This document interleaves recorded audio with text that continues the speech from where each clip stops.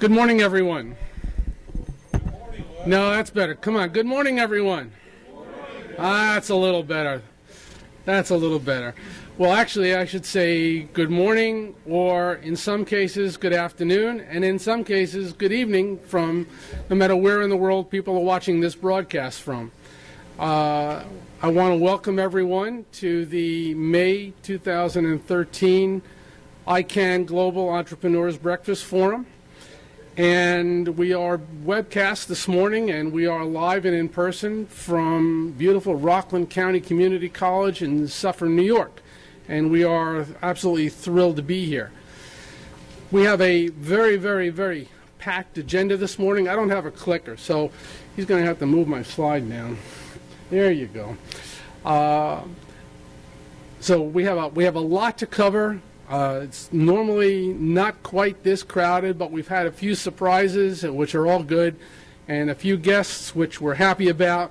And I'm very happy to see all of you here this morning on what I think is going to be a great event. Let me start the event by introducing our host. And Tom Delatorre has been a pleasure to work with, and we're honored this morning to have the president of Rockland County Community College, Cliff Wood, here this morning to welcome you all. And Cliff, come on down.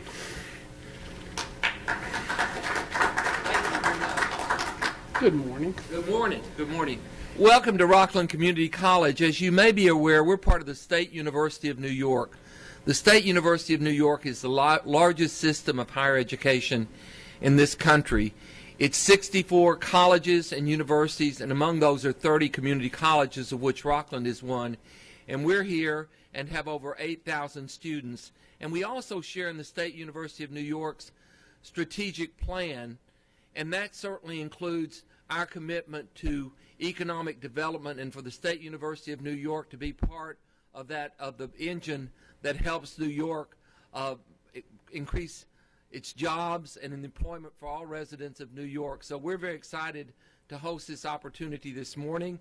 I always applaud Les's creativity, and certainly doing business in a new way is something that everybody has to think about if we're really going to move our economy forward. So I know you're going to enjoy this session this morning, and it's a pleasure to have you at Rockland Community College. Thank you.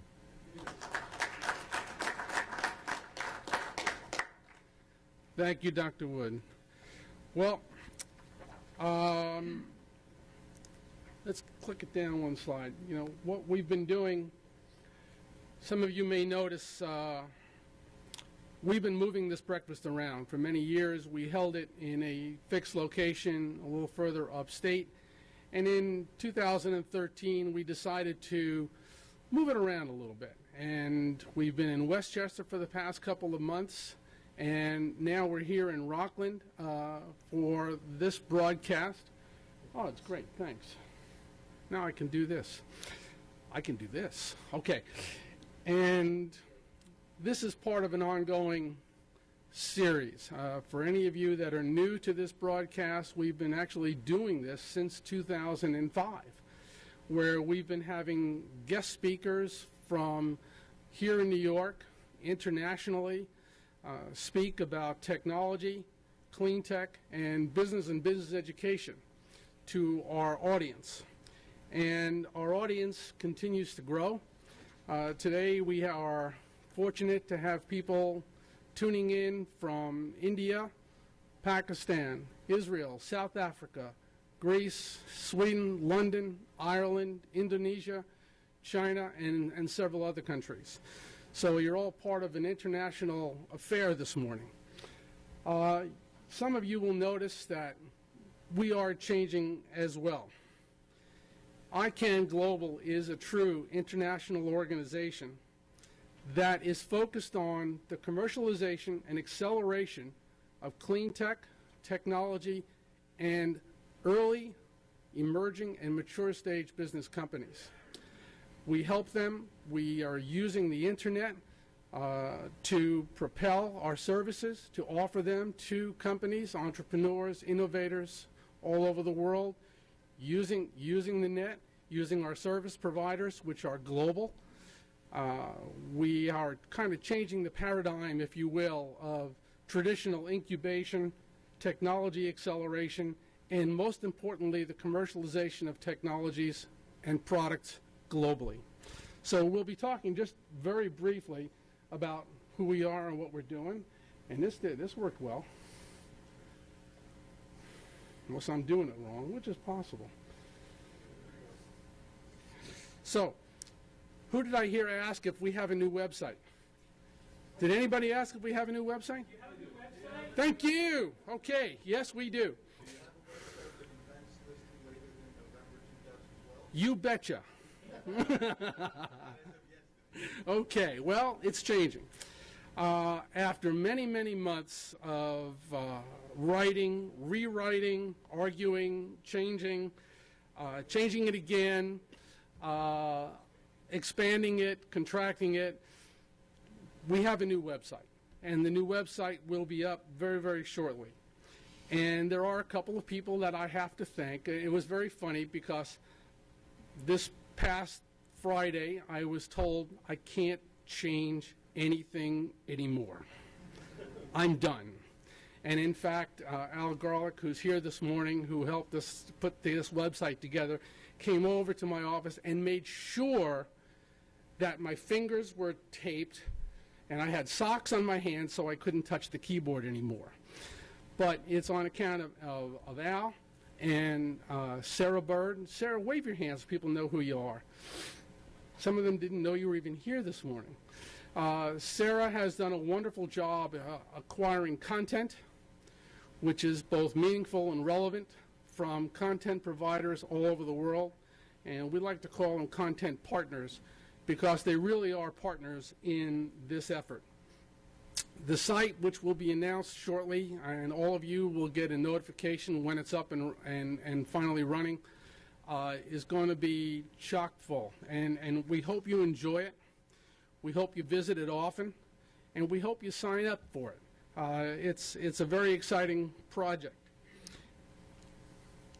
As part of that initiative, we're introducing several new sub-brands. One of them is iCAN-Global Connect. The site is designed to be a subscription site. Yes, you can go on and you can get a lot of things for free, especially all the listings and events and notifications. But our content library is very deep, very inclusive, and educational for business, for technology, and for clean tech, and for doing international business as well. And we think it's got a very, very high value rating, and so we're encouraging membership into the iCAN family. iCAN Connect is really the first level of subscription and frankly the only level of subscription. We've kept it very cost effective, and it provides you access to these forums and other webinars that are broadcast internationally. It also provides the users to create a member profile. Who you are, who your company is, what you do, where you are, and what you're trying to accomplish. Our goal here is to link the international clean tech and technology and business community in our own network, in our own platform for commercialization anywhere in the world, and we'll get into a little more of that. We also provide access to our cloud service, and we'll be announcing our cloud service, which is going to be offered to Connect members. I love the way this works. This is good. Our team is comprised of international specialists in business development, economic development, technology, academia, consulting in various disciplines. And all of these people have been forged into one collaborative network that are able to help you and your business grow. And that's what it's all about. So whether you are a small solar manufacturer or an innovator in Nigeria, or whether you are a water production company or water filtration company in Saugerties, New York, or a waste-to-energy company in Westchester, we're here to help you.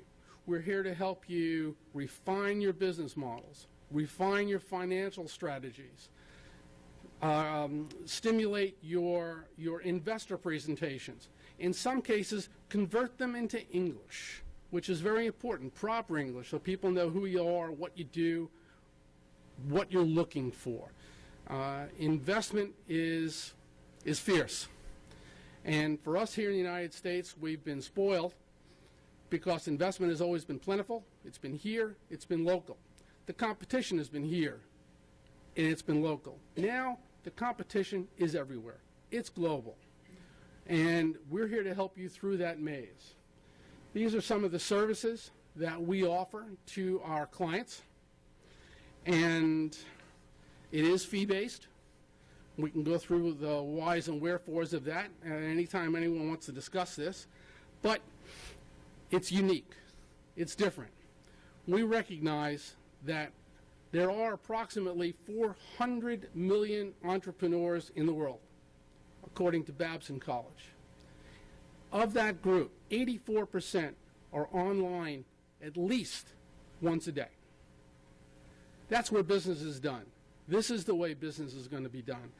So again, we are changing that paradigm and advancing it. Another one of our key components is our relationship with economic development organizations globally. We partner with economic development organizations because they are the movers and shakers within their community. They understand how business is done, the currency of business within their location, who's doing business in their location, why, and to grow economic development, and most importantly, job creation and opportunities for growth. These are the key factors. So whether the organization is launching an incubator, has an existing incubator that they're looking to enhance, or want to learn how to stimulate economic growth, this is the group that we're doing it through. Now, we do this in also a very unique way. We have a team of business development executives who, frankly, we couldn't do this without. And this is one of the key components and the key building blocks to our growth plan. Right now, today, tuning into this broadcast, we have Bernia Wheaton up in Canada, who you'll be hearing from momentarily.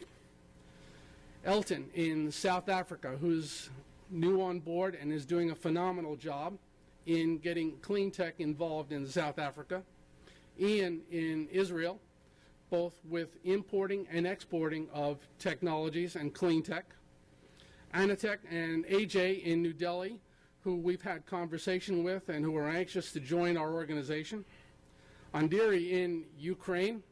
Ukraine is an animal unto itself, and there's a lot of opportunity both for input and export from Ukraine. And Andiri's a wonderful gentleman. He's got a lot of experience. Lars is here from Sweden this morning. You can raise your hand. People know you're here. Terrence, who you've met, Terrence Bolden in Dubai. And we are already working with Terrence on importing several U.S. technologies into Dubai for implementation. And Noel Muniz in Spain. So without these people, and amongst others that we're in conversation with, this organization is growing rapidly. So I'd like to bring in Bernia Wheaton via Skype if I could. We first met Bernia a few months ago.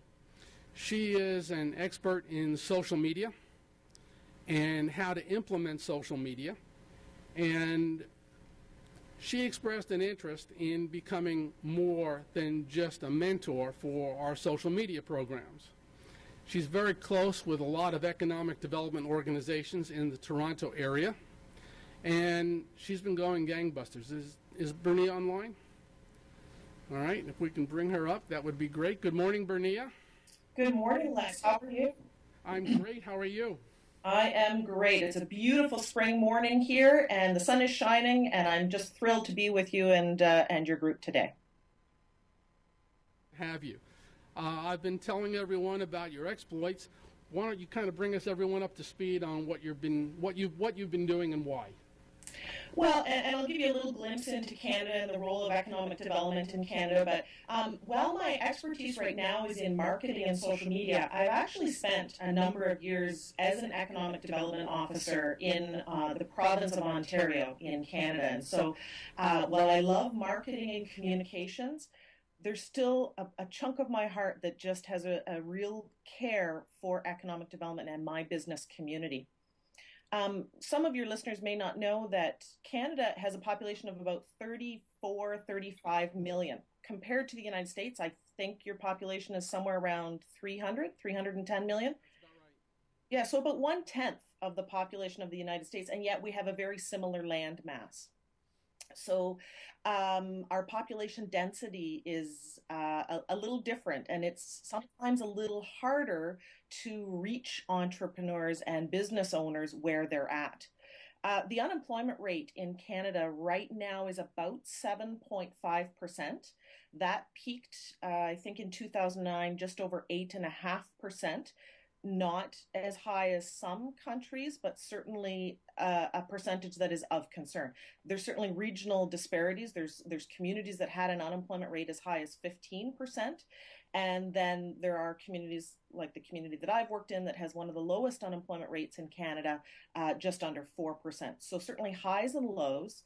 And I think that's probably because Canada is such a diverse country. We have the oil sands in Alberta. We have agriculture, certainly across the country. We have fishing and resources on both coasts, the Pacific and the Atlantic coast.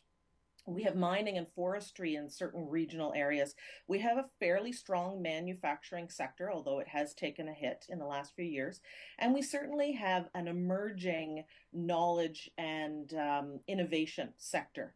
And I'm seeing more and more focus on that. Economic development in Canada is probably done a little bit different than it's done in the United States. In most communities, economic development is handled by the city or by the municipality. It is a department within the city. It's 100% funded by the city tax base.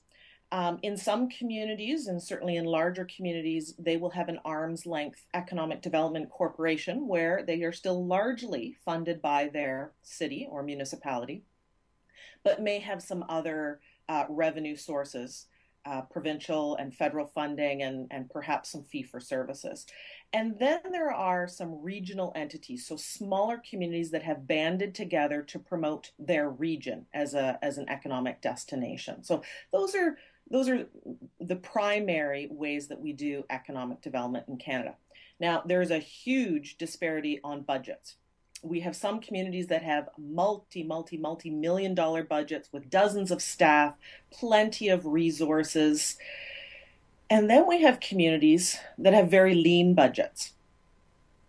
$100,000, $150,000 compared to $5 or $10 million. Some of the largest economic development budgets in Canada, the economic development budget is bigger than the entire municipal budget of some of the smaller communities. And that budget has to look after emergency services, policing, roads, economic development. So you can see how it's not always an even playing field. Some of the smaller players have a tough job of doing economic development. Lean budgets, maybe 1.5, 2 full-time equivalent staff per people.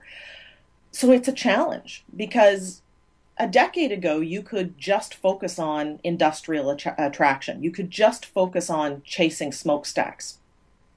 And then there was an emergence of business retention and expansion, that model of working with your existing businesses, making sure that they're strong, making sure that they're supported, making sure that your workforce is a healthy and well-trained workforce. But I've seen in the last, since our most recent economic downturn, a real shift into entrepreneurship and the supporting of entrepreneurs and the supporting of that creative economy, knowledge-based economy. And that is why I see such tremendous potential for iCAN-Global in Canada. I could pull a dozen economic development strategic plans without much effort that all identify supporting their creative economy and supporting their knowledge-based economy as one of their strategic priorities. But if you have a very lean budget with a very small staff, that is a great idea, but a very difficult concept to implement. And that's where I see so much potential for iCAN-Global. I see small municipalities, rural municipalities, smaller communities where they can't support a bricks and mortar incubator hub or innovation center or accelerator center, whatever term you wish to use. But the iCAN-Global model will work. They have people who are innovators. They're working in their garage, they're working in their basement, they're working at their kitchen table. Call them, give them whatever title you want, but those people need support, and they're not able to travel to an urban center, to an incubator hub, but they can access the virtual services of iCAN-Global. So I know a number of my peers in economic development from across Canada are joining today. I know I've had conversations with many of them. I would love to keep that conversation going. I think that this is a model that will fit in a lot of communities, and I encourage my peers and colleagues to reach out. Find me on LinkedIn, Facebook, email, pick up the phone if we really want to go old school, and reach out and let's have that conversation about how we can really effectively support that knowledge economy in our communities. Bernia is doing a phenomenal job, and this is the kind of enthusiasm that we're seeing globally, and this is why this model is so important to worldwide economic development and entrepreneurship. Bernia, how is the clean tech development in Ontario? Ontario is one of 10 provinces in Canada, and Ontario actually has put a very strong emphasis on clean tech. We actually have a government-initiated Green Energy Act. It isn't without controversy, and not everybody loves it and supports it, but the government has certainly put a priority and is sending the message that renewable energy, clean technology, it's a priority, that we need to shift the way that we're doing business, and we want to support that economy. A lot of financial resources have been put behind research and innovation. In fact, there's an entire ministry of research and innovation here in Ontario. And I think that the timing is right to support those entrepreneurs that have a creative, innovative idea. And to do it in this virtual way, just because they aren't in an urban center, doesn't mean that they don't lack the mentorship and the resources that iCAN-Global can provide. Bernia, thank you so much for your enthusiasm and for all the work you've been doing. Are there any questions for Bernia? You're off the hook, kid. Thank you so much. What a pleasure, Les. Thanks, dear. We'll speak to you soon.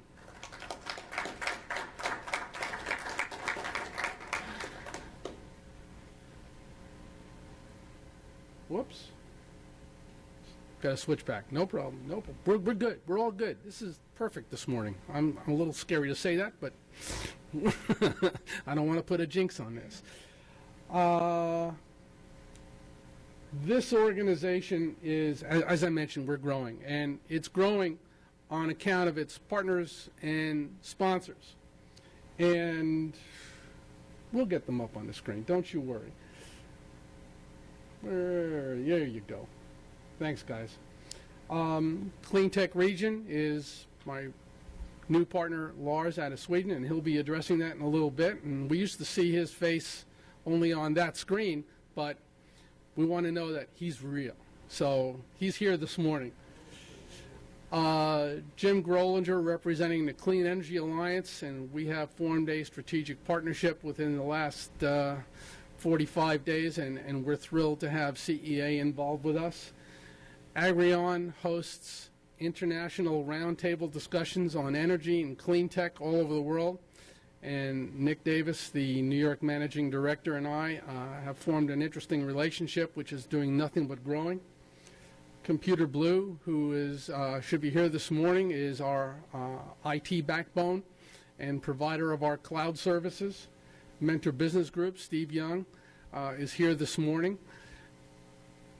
The newest association is the Business Incubator magazine out of Brussels. You might remember, those of you that were at the breakfast in March, heard Giordano Dieter speaking about the magazine. We are affiliating through the Business Incubator magazine and through the European Business Network to over 234 new incubators throughout Europe this morning. So these are very, very wonderful associations for us. Yes, we have the iCAN-Global, Bernia representing us in the Toronto area, and Terence Bolden in Dubai. So I want to thank everybody for their loyalty, their sponsorship, their creativity. And as you can see, there's lots of room on that slide. If anybody would like to become a sponsor or have an affiliation with us, we'd be thrilled to have you. Any donations, start passing the hat. That'll be okay. This morning, we're very happy to have Christopher Fry. Chris is, I'm going to read this, so excuse me. Chris is a renewable energy specialist at the New York Power Authority, where he manages New York Power Authority's Green Power Program, including procurement, contract negotiation, regulatory reporting, and green e-energy certification. In 2011, NYPA's Green Power Program provided over 230 gigawatts of renewable energy credits to its customers. In addition to managing the Green Power Program, Chris serves as NYPA's representative for renewable energy and the development of the 2013 New York State Energy Plan, which we are also very heavily involved with. I'll let Chris go through his detailed resume. I met Chris he was a speaker at the Wall Street Green Summit, which was held a couple of months ago. And I was very impressed with his presentation and thought that this presentation would be perfect for not only our New York audience, but our global audience as well. So, Chris, it's a pleasure to have you. Thank you very much, Bob. That button. Okay, great. Good morning, and thank you for the opportunity to be here today. As Les mentioned, my name is Chris Fry, and I manage the New York Power Authority's Green Power Program. For those of you not familiar, the New York Power Authority, or NYPA, is the nation's largest state public power organization. In 2012, we generated nearly 25% of the electricity in the state, about 70% of which was from hydropower. Tangentially, our hydropower contributes to the achievement of New York's 30% by 2015 renewable energy goal, but is not considered renewable for the purpose of this presentation. We serve other public entities, electric cooperatives, and hundreds of businesses through our economic development programs, supporting hundreds of thousands of jobs with low-cost hydropower. Whoa. One common misperception worth addressing is that, while we are a state entity, we're entirely self-sufficient and don't receive any taxes or other state support. We have two main programs involving the financing of renewable energy. First, our Energy Services Program develops on-site renewable energy projects. And secondly, our Green Power Program provides market-supplied renewable energy to participating customers. So first, energy services. NYPA has been a recognized leader in energy efficiency since the mid-1980s, and our energy services offerings also include clean transportation and renewable energy. In addition to our core energy customers, we're able to provide energy services to all public entities in New York State, all non-for-profit schools, and all businesses participating in our economic development programs. As you can see, our energy services projects have resulted in some pretty impressive achievements to date. Now, the majority of those statistics are attributable to our energy efficiency projects, but we've also installed over 13,000 kilowatts of solar panels, wind turbines, landfill gas-based generators, and fuel cells, and we have over 6,700 kilowatts in construction and development. So how have we accomplished this? We provide turnkey project development, from conducting energy audits through project design and construction, as well as financing. We've funded over $1.6 billion in energy services projects since 1990, and we expect to finance an additional $1 billion in projects over the next 4 years, which includes projects in support of the Governor's new Build Smart New York initiative. But how are we able to make renewable energy projects financially feasible?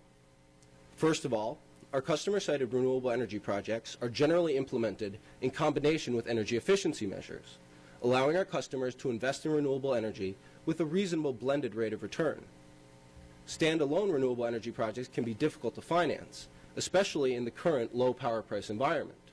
But the abundance of highly profitable energy efficiency opportunities has allowed us to develop renewable energy projects that might not have been financially feasible on their own. Secondly, distributed generation projects avoid transmission and delivery costs. As such, they compete on a dollar per megawatt hour basis with all-in retail rates, as opposed to wholesale energy market rates, which gives distributed renewables a considerable advantage over utility-scale projects. And last but not least, we finance most of our energy services projects for our customers through a revolving credit program. The interest rates we charge our customers are generally based on our cost of debt, so they tend to be very low because we're highly creditworthy and our debt is generally tax exempt. Customer repayment is typically based on energy savings and is generally within 10 years, but depending upon the type and scope of the project, may be up to 20 years. So turning now to our second program involving renewable energy, my area, our Green Power program provides market-supplied renewable energy to participating customers in the form of environmental attributes, which are more commonly known as renewable energy credits, or RECs. A REC is the difference between purchasing renewable energy and conventional energy. The purposes of our Green Power program are threefold. First, to meet our customers' needs while minimizing their cost. Second, to support the achievement of New York's renewable energy goals. And third, to spur economic development in the state. With those purposes in mind, we operate it as a procurement-based program, wherein we aggregate and consolidate demand among our customers and conduct periodic competitive solicitations to meet their needs. When we're able to aggregate enough demand, we'll issue an RFP, or a request for proposals, to develop a new utility-scale renewable energy project. When we're unable to aggregate enough demand to support the development of a new project, we meet our customers' short-term and incremental needs by sourcing supply from existing facilities. So a little background. Our Green Power program arose in response to customer needs in 2005 when we provided 30 gigawatt hours of RECs through this program. We've witnessed an explosion in customer demand, and our Green Power program has grown nearly eightfold since inception to reach over 232 gigawatt hours in 2011. To put that in perspective, 232 gigawatt hours is equivalent to the annual energy consumption of nearly 32,000 average New York homes. And the renewable energy credits that we provided to our customers in 2011 avoided over 73,000 tons of carbon dioxide emissions, which, as you can see, is equivalent to a lot of gasoline or the annual sequestration of a sizable forest. Since inception, our Green Power program has enabled 111 megawatts of new projects to be developed and supported numerous existing facilities.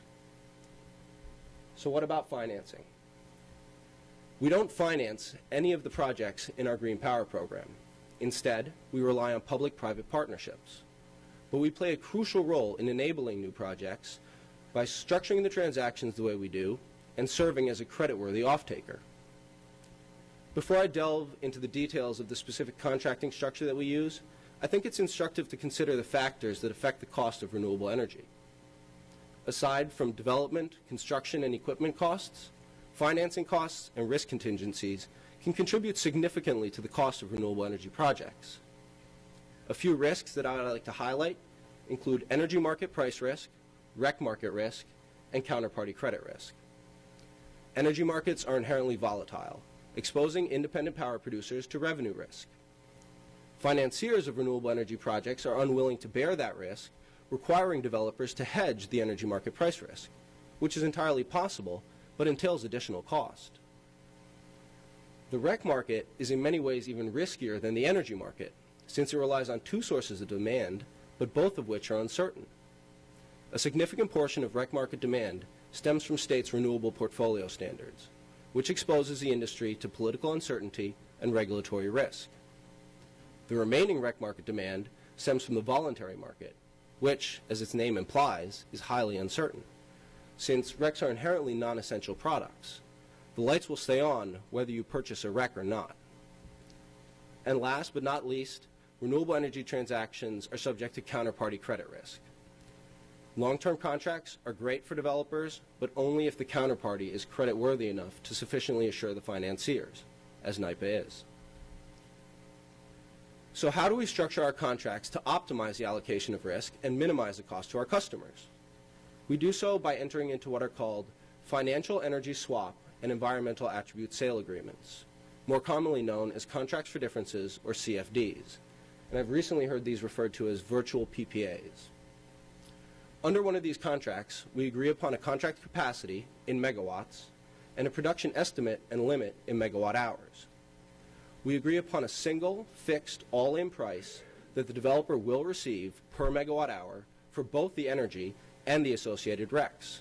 However, the developer doesn't sell the energy to us, but into the New York ISO wholesale market, and gets paid the market price. However, they sell the RECs to us and are paid the difference between the contract price and the market price that they received for the energy. So in total, the developer always receives the contract price per megawatt hour. Relating this back to the risks I just highlighted, this structure effectively transfers the energy market price risk from the developer to us, providing them with price certainty over the term of the contract. Furthermore, since they're denominated in megawatts with reasonable megawatt hour limits, CFDs also provide developers with demand certainty over the term of the contract. If the sun shines particularly bright or the wind blows particularly hard, the developer isn't left with excess RECs to liquidate. Taken together, the price certainty, demand certainty, and long contract term with a creditworthy counterparty effectively provides the developer with revenue certainty, which not only enables them to secure financing, but also minimizes their financing costs, which in turn minimizes the cost to us and our customers. But here's why it really works. This structure effectively guarantees the developer sufficient revenue to cover their costs and earn a reasonable return. But it locks in the price for both parties. So while it eliminates the energy market price risk to the developer, it also transfers the upside potential to the customer. If energy market prices rebound, the increased project revenue accrues to the customer rather than the developer through a reduction in the REC price. So how has this worked? We found that it's worked quite well.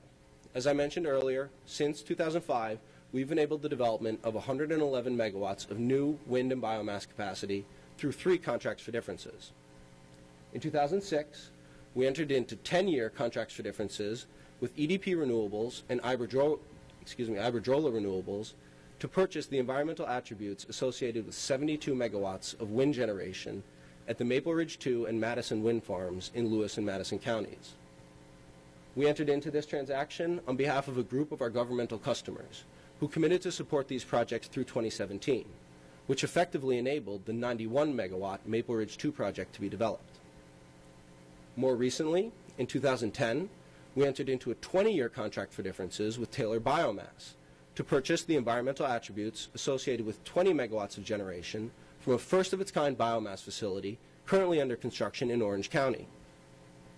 We entered into this transaction on behalf of the Port Authority of New York and New Jersey, which is proud to support this innovative project that diverts waste from landfills, separates and converts it into a clean-burning gas that is then used to efficiently generate electricity. So in conclusion, our energy services program develops on-site renewable energy projects alongside energy efficiency projects by providing long-term, low-cost financing, which we're able to do because we're creditworthy and our debt is generally tax-exempt. And secondly, our Green Power program supports the development of new utility-scale renewable energy projects by enabling developers to secure financing, by providing well-structured, long-term contracts with a highly creditworthy counterparty. Thank you for your attention. I'd be happy to answer any questions now, or you're always welcome to email me at greenpower@nypa.gov. Thank you. Is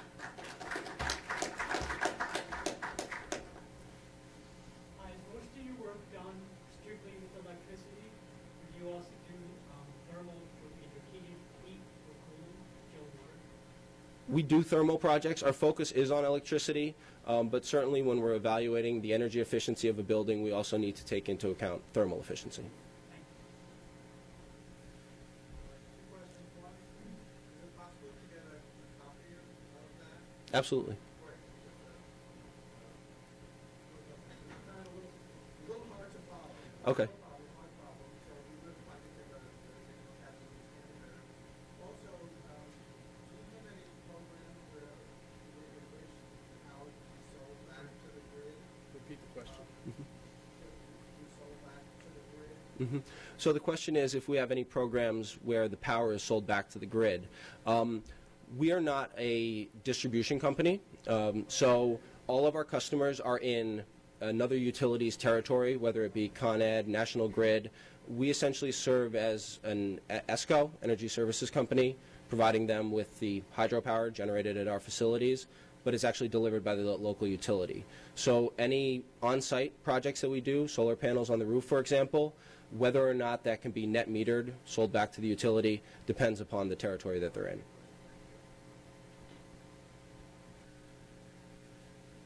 I have a question about seawater cooling. Is that something you're The question was about seawater cooling. It's not an area that I'm familiar with. Okay. Question in the back. Yes. what's the relative size of the voluntary grant? Minuscule. It's the vast majority is driven by states' renewable portfolio standards. So in New York State, we have the 30% by 2015 renewable portfolio standard. That's the overall standard for the energy in the state. Our hydropower, which has existed for many, many years, contributes to that. NYSERDA is actually tasked with achieving the remainder of that goal. It's a little bit different from a lot of other states. We have a central procurement method here. But yes, the vast majority of demand is driven by states' renewable portfolio standards. The voluntary market continues to grow every year. There's different estimates out there, but it's, according to the Center for Resource Solutions, which administers the Greenie Energy program, it's approaching, I believe, 40%.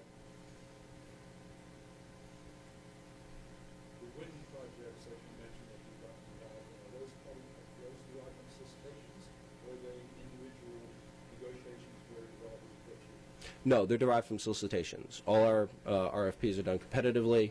We're always happy to meet with developers to hear what ideas they have, projects they have in the pipeline. But when it comes time for us to actually potentially enter into a contract, we conduct a full competitive solicitation. Yeah, the question was about wind and individual wind projects. Great. Chris, thank you so much. Thank you. All right, we're really moving along here. This is great. Lars Ling. Lars has been a frequent guest at our forums, speaking primarily on that screen from wherever he may be in the world. And he is an expert in clean tech. And as you know, we're very focused on clean tech. Today, I'm just thrilled beyond belief to have him here in person. And although having him here is a challenge unto itself, but it's a nice one. In businesses and life, you know, finding people with similar passions, similar goals, similar outcomes is always difficult. Well, Lars and I have kind of found each other, and it's been a wonderful and growing relationship. So I'd like to bring Lars up and let him tell you what he's been doing here in New York. And just, you know, one last note. Lars travels all over the world speaking about clean tech to various organizations and groups. He is the founder of the magazine, and the magazine is? Green Solutions from Sweden. Move into the microphone. Green Solutions from Sweden. There you go. And which I forgot to bring the magazines this morning, so I apologize. But anybody who wants one, let me know. And we will also have the link to the publication on our new website in a couple of days, so hang in there for that. Lars is kind of committed to making this world a better place. And we are thrilled to have him here this morning, so I will kind of turn it over to you. Use that clicker. Thank you. Thank My you, Les. pleasure. Thank you. Question, Les. Do I have to stand behind this for the sound? Yeah. I have to. I can't move out here No, go back. because it's really boring to hiding behind here. But all right, okay. Well, thank you very much for having me here. It's an honor and great to meet you. As Les said, I've been with you on Skype for a couple of times. and now I'm actually here live, so that's fantastic. And let's start a little bit about cleantech. I'm from Sweden, so how many of you have been to Sweden? Hands up.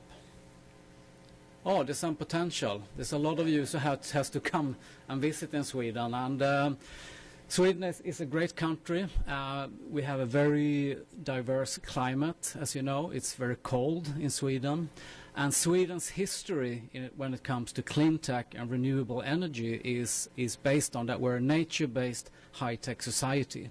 We have the forests, we have the mines, and that's the foundation for what we have sort of developed into a very developed democratic welfare society, and that also driven our investments and development of renewable energy. And Chris, you mentioned a number of New York's renewable here, and I know that in Sweden now this year we're coming up to 50% renewable already this year. And that's the number and targets for 2020 for EU and Europe. So we're quite ahead on the renewables investments, and they're expecting that we're going to reach 75% by 2020. So I challenge New York, Chris. Let's get into a race or competition, help each other in renewable, and share some good ideas. So. Cleantech Green Solutions, I've practically been on tour since 2010, and now I'm here today, so that's great. And the magazines that Les talks about, I will send some more. It's Green Solutions, it's the magazines you have on the right. So they are online, so I'm sure that Les can distribute them to all of you. They're easy to read, and you'll find great inspiration, great good examples of renewable all type of clean tech solutions. So some words from the sponsors, very important, who actually is making it possible that I'm here. You can also go back and have a look a little bit more of what these companies are doing. I will give one example of these companies a little bit later. So the objective to actually going around the world and doing this is to find partners, and I found Les, and I found the iCAN network activities here, and that's how you can grow, you can develop, you can work together with projects, renewable energy, housing, green building. So what Cleantech Region does, helping cleantech companies from Sweden finding projects. And I hope that we, together with you, can find some projects here in New York, particularly in housing, where we're looking at building zero-energy houses. So it's been an ongoing tour, and you can see the countries. Now I've been here. I was in New York 2 weeks ago. I've been to San Diego. How many have been to San Diego? Yeah. They have challenges. They have challenges with water. They're having this aqueduct I learned from San Francisco, and someone said that up to 50% of the energy cost goes, electricity cost goes to transport water. But there was a professor in Santa Barbara who said that was 20%, but that's already a lot. So 20% of the electricity to actually transport water. So we need to look at solutions to address that.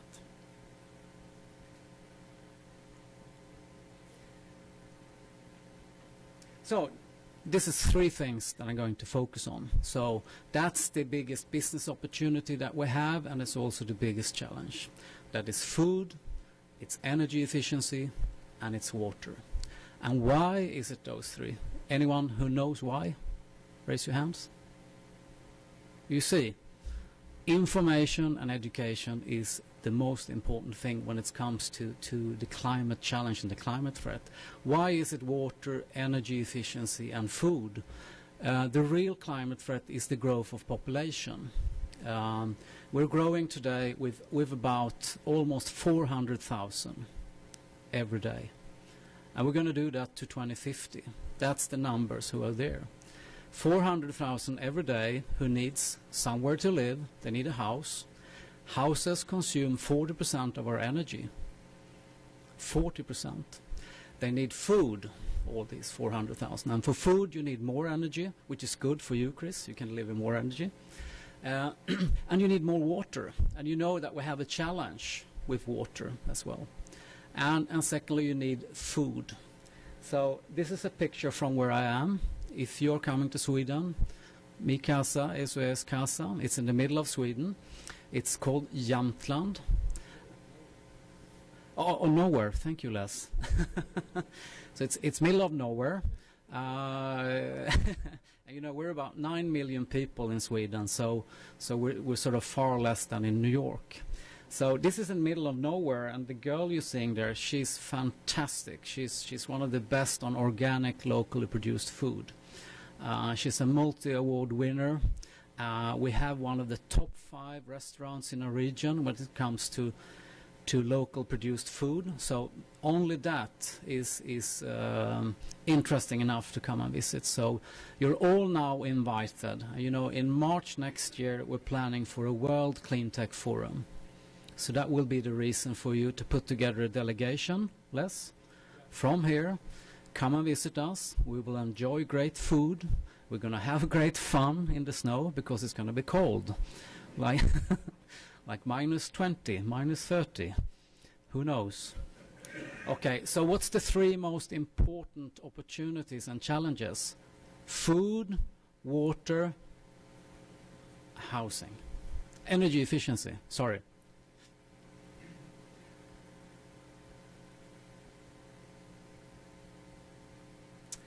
And also, clean tech still is a learning curve. It's a learning curve. What is clean tech? But it comes from United States. It was 2005, Neil Dykman, Jane Capital, who sort of set the clean tech word. Clean technology is solutions that are better for the environment and for yourself. But I would say clean tech is job. And what is it that we need? It's job. Job creation. That's what clean tech is. Okay, so we're here today. It's the 15th of May, and it's exciting times. We have an announcement today. So are you excited? Good, good, good. Drum wheel. Drums, drums, drums, drums. So for immediate release today, I'm very proud and honored to present that iCAN-Global and Cleantech Region are joining forces and going to work together strategically to actually bring more innovative green solutions to the world and exchange between Sweden and United States. So we want to build a bridge between United States and Sweden, and that's worth an applaud. Thank you. And that was the slow animation, as you can see. So you can all read it, but this is announced today, and I think we're press releasing today, Les? Yeah, so it's press releases going out, so we hope that we're going to get high recognition on that. And I've been hammered Swedish media this night as well, so I hope that it will get recognition and that it also gets out now. I've sent out these live links around in the social media. So it's not any bridge from here, but I think it's a symbol that we want to build bridges between US and Sweden and the world. To read more and find more, you can Google me and you will find connect with me, connect on LinkedIn, connect on Facebook, so we can share ideas and we can have contact. I mentioned from the beginning, you can go in and you will save the presentation, but practically and simply, I'm a promoter, I'm a matchmaker. It's not in love, but it's in clean tech. So it's in the most important area for us ahead. And a little word from our sponsors again. Okay, that was good. I'm going to give you an example. This is a number of local examples. Energy efficient houses. And today, you know, EU is actually from 2020, you're not allowed to build anything else than 0 houses. Houses that doesn't consume energy. So there's already a change in that, where you see the house on the left-hand side, newly built house in glass. recycled glass. You're building the foundation, walls, and the roof. So you're building a climate screen. So that house consumes 5,000 kilowatt hours per year, but it produces 6,500, so it's giving back to the grid. So it's a plus house, and this is possible to build today. The important building green buildings is that you get lower maintenance and lower running costs. Though it's a little bit higher investment cost in the beginning, but already the first year you will save 10% on that investment. And banks and insurance companies in Sweden now are giving lower interest rates, better premiums. I know there's bankers and financiers here. This would be an exciting, interesting project to see if we can start that here. You have solar energy. I spoke with some guys here before. We have one of really interesting solar energy company, an award-winning company in our region as well, that we would like to find project manufacturer here in New York for the States. Maybe Chris, you can be sort of a initiator. We can look at solar energy. Yeah, I'm confident that could be interesting. There's large investments in wind, still a lot, 20 billion in our areas investing, and that's the industry who are driving the wind investments, because a third of their energy cost is on the bottom line, so they are doing big investments. So I'm going to give you one great example. Ventilation, is that important? Hello? Ventilation is very important, yeah. And it's very expensive. And it's very environmental,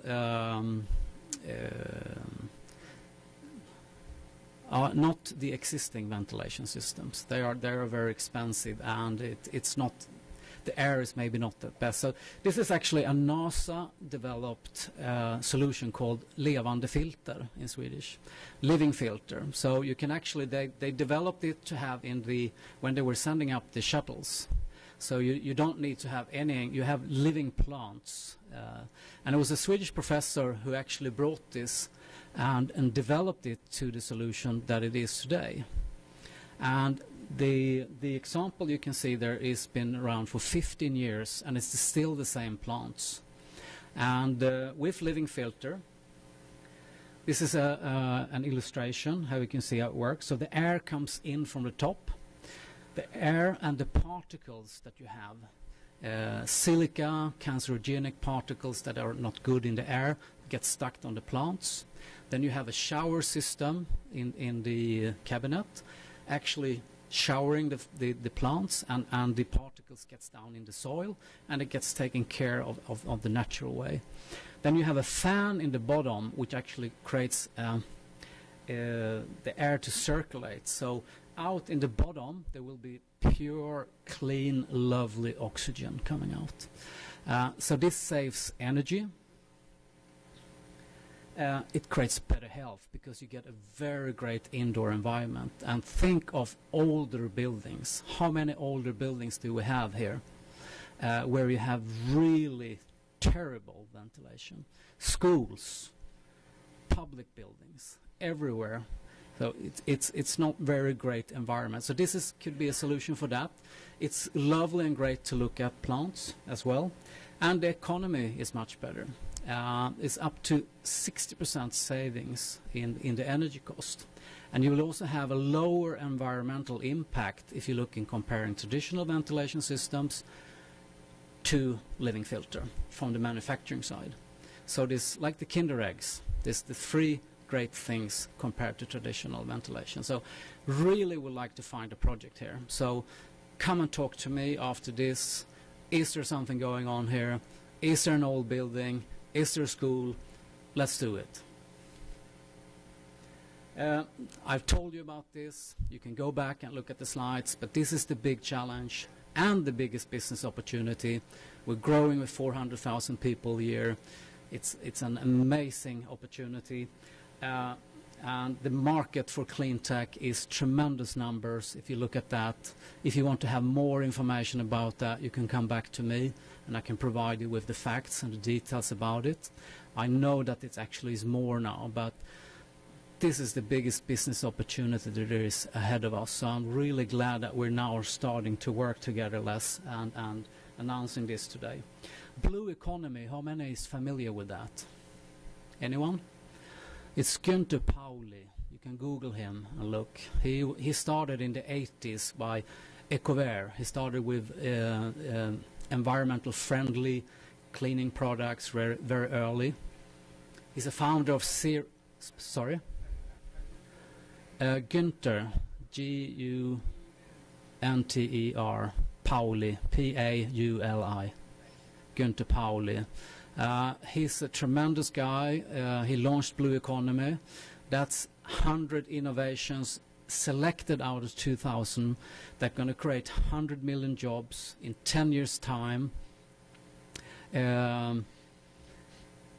With those 100 innovations, and it's mimicking the nature. It's like biomimicry. So you were looking at vortex stream for water purification. You're looking at mimicking the spider webs, and you implement nature-based solutions into technology. Very exciting, and the right way to go. So this is happening now. Can you feel that we're all in the middle? This is the paradigm shift happening for us right now. We're all stuck here in Grand Canyon. Can you feel it? Yeah. So we're leaving the old economy. The old economy was on the left side, and the new economy was on the right side. So they talk about the old economy is the fifth wave. You know, the industrial evolution, technology, internet. Where are we taking off? Where are we going? We're going to the sixth wave on the other side of the Grand Canyon, where we're looking at sustainability, we're looking at authenticity, honesty, new business models, looking into new innovations. How are we going to make the money? How are we going to look on earnings? They talk about, are we going to talk about maximizing shareholder value? Is that sort of the ongoing, continuous, traditional ways of doing business? I came from San Francisco, and it was exciting to see that the big VCs, the big investors, do you know what they're going into now? Food. Food. Local produced organic food. That's what they are targeting now. And we're talking about the real big investors in Silicon Valley. So that says something. That says something, and that supports what I'm telling you on this screen. We have got a lot of awards. I'm not going to tire you with that. You can go in and find more about it. But we were elected one of the most innovative cleantech regions 2010 already. So with that, I want to thank you all. I want to thank you, Les, for giving me this opportunity to be here and presenting for all of you. And please come up with questions. Please come up with projects, ideas, connect. Thank you.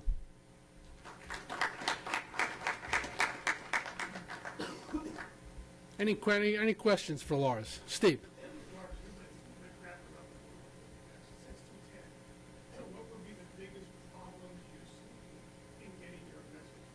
So the question is, what is his biggest problem in getting the clean tech message out?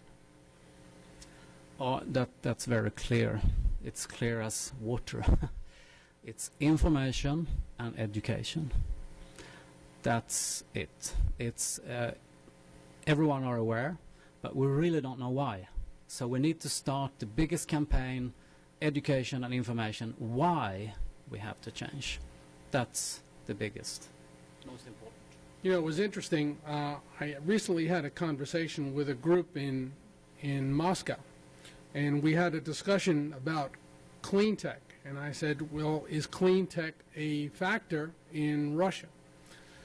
And the answer came back with a resounding no. Everyone thinks it's too cold.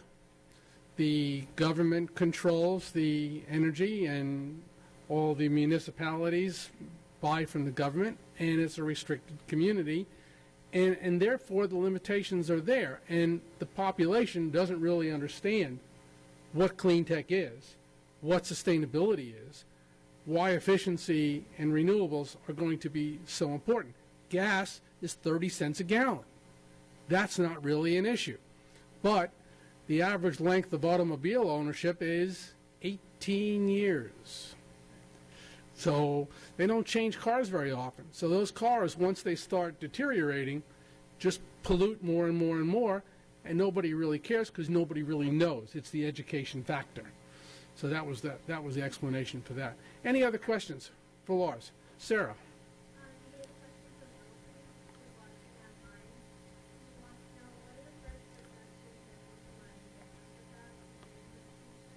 Well, the question is from our colleague Elton in South Africa about cleantech. Oh, it's a great question, great question. Thank you, Elton, for that question. Africa, actually, in up to 2035, they are planning for 800 million cities. 800 million cities. They must be sustainable. My big, great mentor, Anders Nyquist, he's just been to South Africa, and he's been involved in this team that are sitting and working. How on earth are we going to cater for that growth of population in Africa? So it's 800 million cities. So you have to really think how you're going to handle that. And they're going from about 1 billion today to 1.8 billion to 2035. Well, that's a lot of growth, and we know Africa represents a significant growth community. Ethan?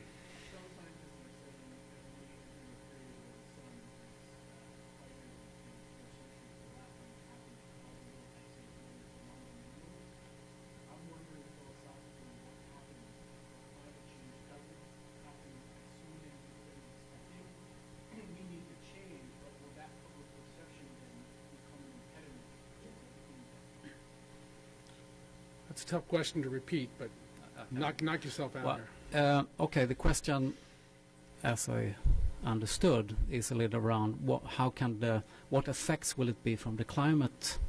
Well, the temperature doesn't change. There's a possibility we'll actually go into the next half century of global cooling. Okay. Which is against the public perception has always been we need to support clean tech because of climate warming. Yeah. What I'm saying is we need to change it anyway because even if the climate cools for 50 years, we'll go back into a period of warming. But the public perception may be just like what Les said about Russia, or we don't need to do anything anymore, see the problem fixed. The climate threat is real.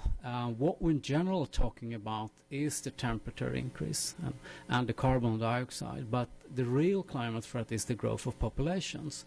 But we have to start working with solutions, so we're actually minimizing the opportunities. But coming to that question, you have a lot of lobbying today that is taking place in this area. So what is true and what is not true? I heard numbers that in the United States alone, there is lobbying, the lobbying on energy, food, agriculture, and finance is higher than all renewable projects in the world. So what is really true or not? But we know that the real scientist who's in there, it's a real threat. But what you have to look at, I got a real interesting reflection where I were in Kenya and presenting cleantech in Kenya, in Machakos. And I sat next to one of the best green consultants in Kenya. And we were supposed to discuss this, your question. And I thought, okay, what are we going to do? I said. And he said, Lars, Mother Earth is going to survive us. Mother Earth is going to survive us. But, Lars, we have to stop building monuments. We have to start action. We have to start thinking ahead. We have to start implement technologies. Look at the Inca. Look at the Egypts, the pyramids. Mother Earth is going to survive us. And that was a really, really good comment. Rick?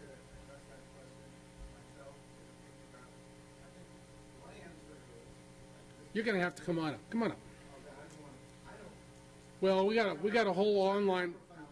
Well, it's okay. We like. Okay, thank you. So, well, still, non-renewable natural resources are still non-renewable. So they are still going to die out at some point. So there's only so much oil and even so much natural gas, even though that's you know, we've discovered more of it. So they will run out even if the climate does cool. Secondly, these things are still despoiling our climate, and they're still, you know, and still poisoning us in various different ways. So they're still not good for human health. The way speaking about food, the way that highly commercialized food is bad for people and may have causes related to autism and other things. So I think there's still a good argument to make, and I think the biggest argument is how does it hurt to build renewable energies? What is the downside? There is no downside. It creates jobs, it's good for the environment, and it's exciting, and our young people are excited about it. So anyway, that's my point. I'm concerned that in 2025, the global temperature has dropped 2 degrees, and public sentiment around the world has fueled the sustainability, which we need. I believe we 100% need to invest in clean tech and renewables. I'm scared of public sentiment building those renewables. Well, you know, we're in a very interesting phase. If you look back, there's been criticism, especially here in the United States, of governmental support of clean tech projects, not all of which have worked, but not all of anything has worked 100%. You know, back in the last century and before that, there were subsidies for steel and coal and oil. Well, those subsidies remain. So that's been a long time for those subsidies, and no one seems to be all up in arms. So now we're going through another phase where we're introducing energy such as natural gas, which today has gained a lot of favor. New technologies, sort of fracking, love it or hate it, you know, it's part of the lexicon. And the goal here is a paradigm shift ultimately towards renewables, because the fossil fuels aren't going to last indefinitely, and the production of new energy is actually critical to certain parts of the globe. It's the only way they can survive. Addressing my friend Elton in South Africa, when we had a long discussion concerning just this topic, you know, he was telling me how many of the citizens don't have a continual supply of energy. How can we bring renewable energy to the people so they can build the right kind of housing, support population, support growth, support entrepreneurship in communities that are sporadic? Well, renewable energy could play a huge part of that.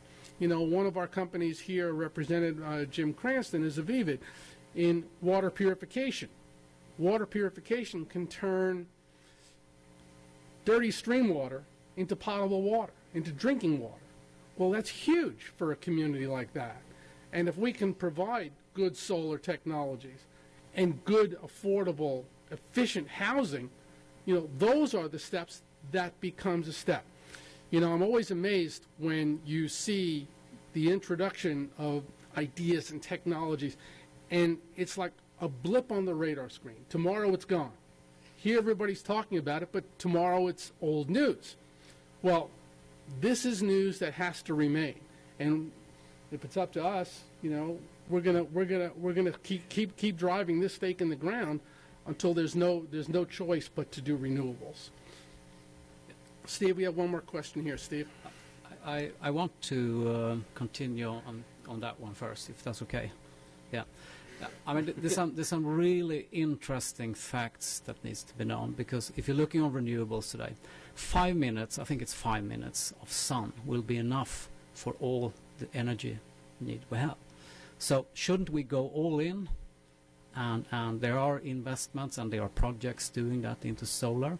Then another interesting thing is when we talk about, everybody is saying, oh, we're not going to subsidize renewables. In Sweden, there's a big thing about wind power. No, we're not going to subsidize that. Stop subsidizing windmills, wind parks. But fossil fuel and oil still today gets 12 times more subsidies. So we need leadership, strong leadership, leaders that dare, mayors, corporations with money, passion, drive. And we have to do something. We have to leave the blah blah. I say blah blah because we can't meet in those meetings and saying yeah, and then we go home. We need leadership. I think that's the most important. Good. We have one more question from Steve, and then we'll try and squeeze it. Go ahead, Steve. Mine is more a comment on what's being said. You just touched on what drives everything is profit. What drives the large corporate leaders is profit. A couple of years ago, at least in the U.S., some of the corporates started taking this, but they used it as a PR tool. They didn't really use it as a leader for their investments. So it became, we're green, so buy us, instead of actually investing in making green. The way to sustain this movement is to get the big corporates to find truly profitable ways to make money, and it will not go away then. Well, it's interesting. You know, those are great comments, and the sustainability is dependent on sponsorship. It's dependent on all of us pulling together to do that. I'm going to have to cut it off because we have one more speaker, but, well, go ahead, Hank. And I'll try to make it quick. Morris, when Mr. Fry was speaking, you asked a question about cooling the ocean water. There was no solution there. Yeah. But you touched on a subject that is probably hidden and one of the most important things going. Can you actually approach the scale necessary to do any long-term good? Yes, you can. Actually, right now, there's a Swedish company in Hawaii that is implementing seawater cooling and planning to cool Honolulu. This can work in New York, this can work in San Francisco, San Diego, it can work in all cities where you have seawater. And you just put some things in the water. Capturing the thermal energy for use, or is it, because you know there's a lot of methane in the ocean that's frozen at the bottom. Yeah, it's the cooling. So you have like just pipes down, and you bring up the cool water, and cooling is 6 times more costlier than heating. So that's why cooling is so efficient. Good job. All right. We're going to come to our last speaker this morning. We met Ethan, actually Sarah met Ethan online and suggested we meet, and we did. We had a wonderful conversation, and Ethan is the founder and one of the partners of Syntheni, a New York City-based management consulting firm focused on rethinking and reframing business design and processes for small to mid-sized businesses. So without further ado, I'm going to introduce my friend Ethan Myers. Thank you. There's your button. Thank you. Thank you. Now, the temperature outside doesn't feel like spring, but my nose says better, so I've had to stop at the bathroom a few times to try to take care of some allergies. It was very interesting that we ended with a comment about profit. One of the things that my firm truly believes in is the intersection of 3 components that are necessary for any success, which is principles, passion, and profit. And in fact, we've turned down clients and refused to work with people who only pursue one and not all 3. We believe that 21st century business is built upon relationships and built upon that intersection of profit, passion, and principles. They must exist or it doesn't work. Going to give you a little bit of introduction about myself. 5.5 years ago, I founded Syntheni because I looked around and what I found I didn't like, which was small and mid-sized businesses didn't have access to the same consultative frameworks that large-sized businesses. If you were a large-sized businesses, you could get expertise advice and hire one of the large consulting firms to help you in your business. But if you're in a small business, you didn't have access. Most of the consultants typically were in a Fortune 500 company for 30 years, which is great, but they often knew a very narrow skill set, and they couldn't help. So 5 years ago, I founded Syntheni to change the calculus of business success and failure and bring innovation around the world. Kind of what we say is we architect growth. We specifically do that through the fields of operation and finance. So this is all about internal process, and you'll see throughout the presentation what our point of view. We come with a very strong point of view and philosophy. So we are based in New York City, but for the last 9 months, not as long as Lars, but for the last 9 months I've been on my own tour around the U.S. because I wanted to find out where is innovation and entrepreneurship happening in the United States of America. And, you know, yes, there's a selfish profit reason driven for this. Where would Synthenize message be received? But in doing so, I also got a key on innovation entrepreneurship that's happening in our country. So I'll just frame up the conversation. Like Lars, I don't like standing at a pedestal, but I have to, so I will deal with that. This is supposed to be conversational, so please don't wait for your questions until the end. If you're thinking anything at any time, blurt it out, raise your hand, let's have a conversation going, because that's where innovation comes from. Innovation is an exchange. It is not a one-way presentation. It is an exchange in building. At the end of the day, innovation takes something that was existing in the world, modifies it slightly, and introduces a new concept, product, or service. I'm going to start off just giving you, I'm geek about this, and I hope you guys are. I'm going to give you a little bit of a small business landscape, what is going on in the U.S. right now, and then I'm going to go into some frameworks for how small businesses operate. I will repeat the question into the microphone very slowly every time someone asks it. So just ask and I'll repeat it. So again, what Synthenize does is we go into a company and help their internal systems and process manage growth. So in doing so, we're doing how a company stewards its resources operationally and financially. So without any further ado, is that okay? I'm going to give you just some facts and figures. I know that can be boring. So here's a small, we're going to get into that. Here's the small business landscape. So question one is, what is small? Every country around the world actually has a different definition. I'm going to give you the U.S.'s definition. I actually just gave a presentation in Canada last month, Mexico next month. I usually tailor it, so I couldn't tailor it to all 19 countries, but eventually I'll have a slide that talks about global. But this is just U.S. So what is small? Well, in 1953, the Small Business Administration is formed, and they said it's an independently owned and operated and not dominant in its field of operation. And I don't know about you, but that is meaningless to me. I don't know what that means. Neither did the U.S. government, which is by the end of the 1950s, they started giving definitions. Right now, it's funny if you guys want a little bit of a laugh, at least if you're a business geek like me, go look up the definitions of small business. I'll give you one example. If you're a mushroom farmer, anybody here a mushroom farmer? Okay. Well, if you have sales over $750,000, you're considered a large business. But if you're a chicken farmer, do you have any chicken? No chicken farmers. 12.2 million. Another one, if you make airplanes, fly in the sky, 1,500 employees or less, you're a small business. Greater than 1,500, you're a large business. However, if you make space vehicles, you're a large company if you make over 1,000, if you have over 1,000 employees. I don't know about you, but space seems more complicated than, but I don't know. So the point is that the U.S. has tons of classifications, dozens of lists deep about what is small. So what's the general idea? Okay, well, here's the general idea. Roughly 500 employees, $10, $20 million, something in that range. That's roughly small business. Again, it varies by industry. You go around the world, completely different. You go to a country like India, it's more like 100 employees and a couple million in revenue because that's the majority of the business.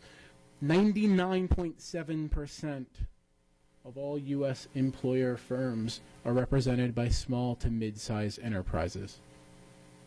That's 99.9% of firms, but as anybody knows, there's a lot of firms that don't have employees. Even if you eliminate them out, there's still 99.7% of every firm in the U.S., and that translates around the world.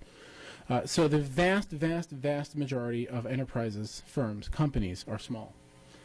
So the 600,000 new businesses are formed per year on average, and in the U.S. there's about 27 million firms total organized at any given time. Anybody want to take a guess how many are large?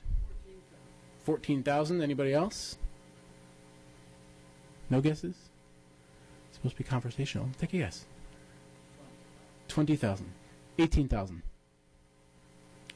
Now, right now, we operate in what's called the hub and spoke model. We have 18,000 large businesses around the country that support the majority of the small businesses.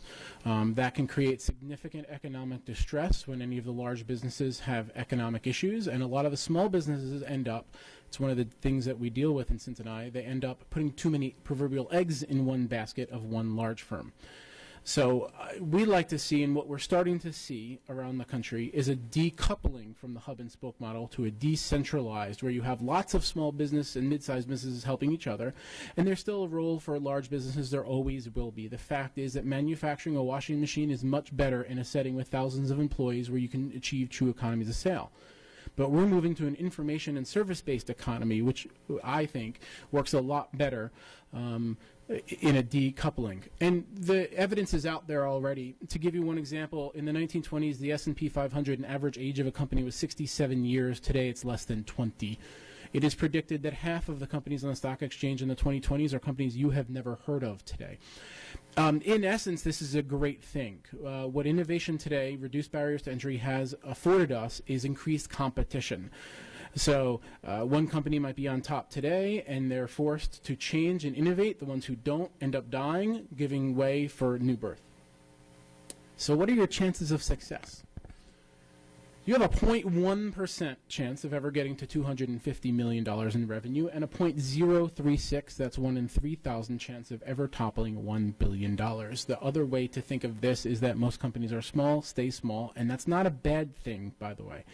I'm not making a qualitative judgment. These are the facts. In fact, most companies, and you have to think about yourself, if you got to $100 million in revenue, I bet most people in this room and listening to this broadcast would be perfectly content and happy and think they're successful. So this is not a measure of success or not. These are just facts. One of the things that we find in the VC world and the investment world is people saying, I'm going to be the next Instagram. I'm going to be the next Facebook. Well, statistically, you're probably not. And I'm not trying to dash anybody's hopes, but I'm also trying to be realistic that you can change the world at $100 million in revenue. You can change the world without being the next Facebook, and most likely you won't. So the power to change the world is not tied to revenue. It's tied to passions, profits, and principles. So this number gets floated a lot. This is what it is. 70% of new employers survive 2 years. Half die in 5. 33% at least 10, and 25% 15. How do you change the business calculus? How do you change the calculus of failure? The answer is planning. Planning mitigates most of the risks that come from expansion and growth. And we're going to talk about that. So first of all, what is growth? For most people, this is what they think growth is. They think it's sales and marketing. They think, I need to grow my business. I want more clients, more services, more revenue. It's a two-dimensional graph line. Says, okay, over here after a certain period of time, I'm going to have more customers. Therefore, I'm going to have more money. That's great. That is not where growth happens within your organization. This is where growth happens within your organization. These are what we call the 7 pillars of business. These are the 7 essential business units you must steward in order to grow properly. In the 21st century business environment, your reputation is everything. And your reputation we define very simply. It's just your ability to deliver on the promise that you made in the marketplace. Now, sales and marketing is disproportionately the largest part of any budget of a small business, and I'm also going to tell you it should be. It 100% should be. Most of the activities in a small business should 100% be around sales and marketing. But if that's the only thing you're focused on, at some point you'll have a day of reckoning where you will be unable to deliver on the promise you made in the marketplace. Communications, finance, HR, IT, legal, operations. I'll give you just one really quick example. Most small businesses have very little need for HR. You've got a couple people, 3, 4, 5 people. It's fine. You're at 50% capacity, 60% capacity. Let's say you start growing. Things are going well. Eventually, you get to the point where you have to hire somebody. Imagine if that's the first time you're addressing any HR issues. You're going to pay them as a 1099, W-2, how much? Imagine if the very first time you consider those options are the time that you're growing. You're already at 110% capacity, which, by the way, doesn't exist. Nobody could ever be more than 100%, which means you have to take needed energy from performing the task that you already sold via your sales and marketing vehicle, figure out what you're going to do about HR, then dedicate to find the person that's going to deliver it. Where do you think that energy comes from? It comes from your ability to deliver.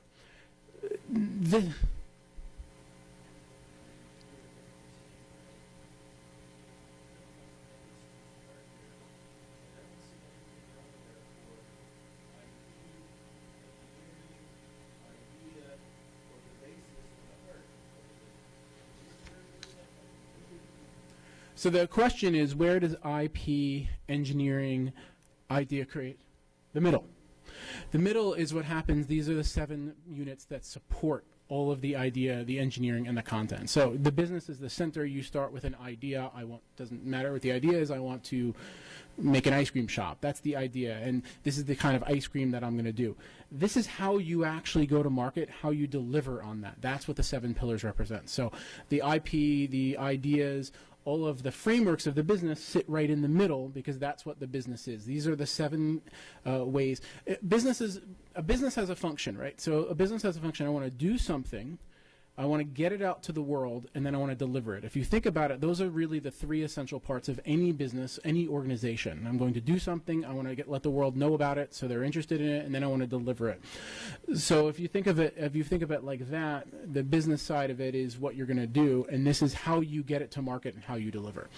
Most people focus their energies on sales and marketing because they think getting the world to know about their product is sufficient. But if you can't deliver, and you create a host of problems, and you simply won't be in business in the competitive environment. So I talk about essential planning steps. So what mitigates some of the risks of business failure? Planning. So one of the things that I make every consultant of mine read is a military planning manual that comes from the U.S. Marines. It sounds like an unlikely place to find innovation, but it says wonderful gems, such as planning is a substitute for experience. If you've been somewhere before, there's no reason to plan. Think about going home. You don't make a plan. You don't look on Google Maps for your directions. You know where to go because you've been there and done that before. If you've been there, if you've done that before, there's no reason to plan. In fact, it could be a waste of your time. But if you're going into a place you've never been, if you lack the experience or foresight to understand what's going to happen, planning is a substitute for that experience. In my opinion, all businesses are going into a place they've never been before. By definition, growth itself is an expansion. Unlike a two-dimensional line graph, it's a round ball that expands out. So they're all going into places they've never been before.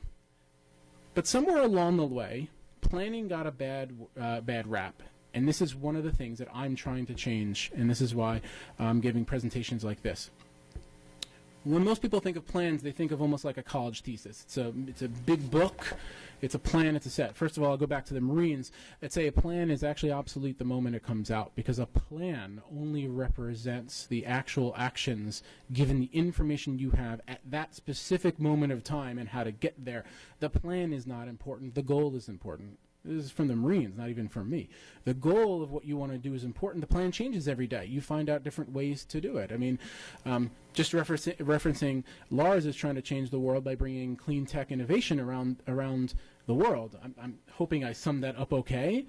The plan of how he does that. Today he's in New York. That's part of the plan. If he says, you know, New York's just not the right place to do this, I'm never going to go back to New York, I'm now going to focus on the Midwest or somewhere else, that's fine. His goal remains unchanged. The plan changes. The plan is supposed to change.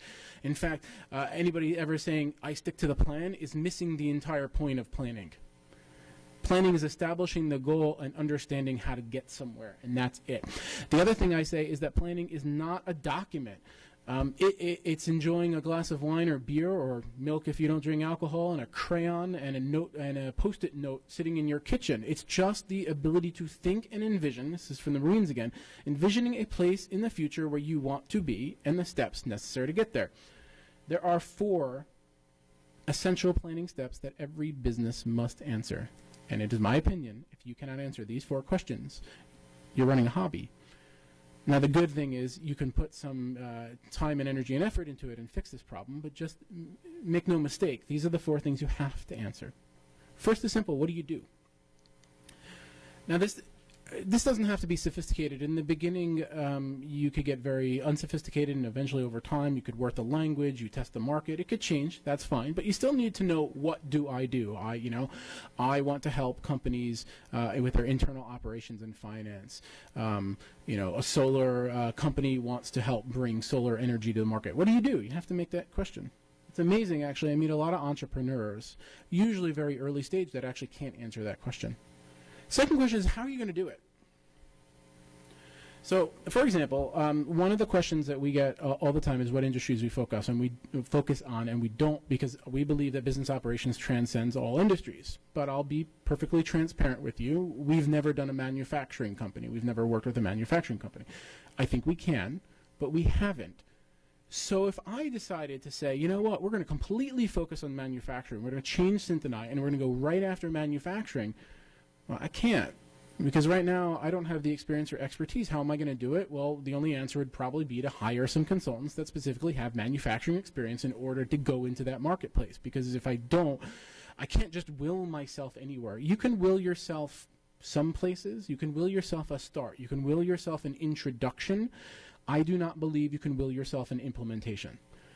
So if you believe in yourself, I do believe you can get in the door, you can get the meeting, but you're never going to land the deal. That's what I believe. So how are you going to do it? What are your success metrics? So this is an interesting one. So metrics are very important in all of our businesses. Most of the metrics that people use will be sales, revenue, perhaps number of projects financed. We heard from Chris earlier. He's measuring some of the metrics by the megawatt or gigawatt hours that he's helped bring to market. One of your metrics must be qualitative. And this is a little controversial, and I'll usually get a comment or two, but it has to be qualitative, and let me explain to you why. Almost every quantitative metric that you have is lagging indicator. For example, one of the biggest measures of any business is sales. Sales is not a leading indicator. Sales is a lagging indicator. It only indicates that the sum course of actions you have taken over the last period of time, 6 months, a year, which have led to the current sales, worked. It tells you the state of history. It doesn't tell you whether your next quarter will be successful. For example, imagine having an amazing salesperson that just closed deal after deal, and they left. Like a rocket, the ship will continue to fly for a period of time. I mean, that person made some introductions, you've earned a certain reputation. But if that salesperson truly was remarkable, better than anybody you had, and I'm making it oversimplified, the fact is your sales will decrease. There's no question about it. So you have to pick a qualitative metric, something that represents the impact or change that you're making in the world. So there's some qualitative metrics, for my own company. It's length of relationships, because we've been working with some of our clients since the beginning for 5 years, the amount of time that we got rehired. But part of it's also the articles that I get written and published and the presentations that I give as a qualitative metric. If I keep getting invited to events like this and other events, it means that I'm continuing to do the right things. And, it can't be the only metric, and I'm not suggesting. I'm just saying one has to be qualitative, so it at least is a leading indicator to say, wow, I got a presentation lined up next month. I must be continuing to do the right things. I'll continue to do it. And one day if I don't, then clearly, okay, I need to reassess. And a financial model. Now, for Synthonite, we do very sophisticated financial models for our companies, depending. We help lead companies through funding rounds. We all help companies go through growth stages. They're trying to grow from 10 million to 50 million, so we'll have crazy spreadsheets. You don't have to start with that. You could start with very simple, what does it cost to do the thing I want to do? What am I selling it for? Or what's my profit? That's fine. I've met so many entrepreneurs that can't even answer that or don't even have a financial model. Oh, I'll figure it out later. Well, figure it out. You're in a business. Now, one thing, and I know some people here might be in a not-for-profit or for-purpose company. That's fine. But even if you're in a not-for-profit, you still have to get some fundraising. I mean, the money has to come somewhere. Nobody can eat for free. And so you have to at least understand this business. So again, having a good idea is not sufficient. You have to plan for success. So I'm going to give you just a couple. Is everybody good? I'm not going too fast. No questions? I'm going to give you a couple of frameworks and methodologies for how to foster innovation and entrepreneurship within your organization, no matter the size. So the first one I call deliberate action. So this is really simple. So in order to foster innovation, you have to have transparency. Transparency allows ideas to bubble up from wherever they are in the organization. But there needs something else besides that. That's great, transparency. I've worked with companies where their version of transparency was, ask me anything and I'll tell you. And they would, honestly, they would. I mean, if you go up to them and say, can I have a copy of the board minutes, they would give it to you. But it was a one-way transaction. No. If you really want innovation, you have to create an environment that's going to question and foster transparency and allow those ideas to spring and well up. But more importantly, and this is the most important, you have to have a reason for everything you do. Let that sink in for a second. Every single decision you make within your business context, you must have a reason. I'll give you an example. Let's say you're building a website, and you decide on the color red. Make it really simple. Let's say you have no reason for picking that color other than you just needed to make a decision and you said red. Let's contrast that with red's my favorite color and that's why I chose it. Remember, I didn't say you have to have a good reason for everything you do, just that you have to have a reason. It's 6 months from now. Business is going okay. Website's doing some of what it needs to do. Business is being grown. And someone comes up and says, you know, it's found that 87% of people do not like the color red on websites. It's not true, I'm just making this up. And they really prefer blue better. Well, contrast that against the second reason. Well, I picked red because it's my favorite color, but if I pick blue, I could get more business. That's a no-brainer. Let's change it to blue. Contrast it against the first one that you didn't have a reason. Well, it's working, right? Our business is up 20%. Well, sure, but it could be up more. Right, but it might not be. And I don't have a reason. I can't test my hypothesis against anything in the known world because there was no reason for why I made the decision. Therefore, any external information you bring me is being subject against nothing. I don't change.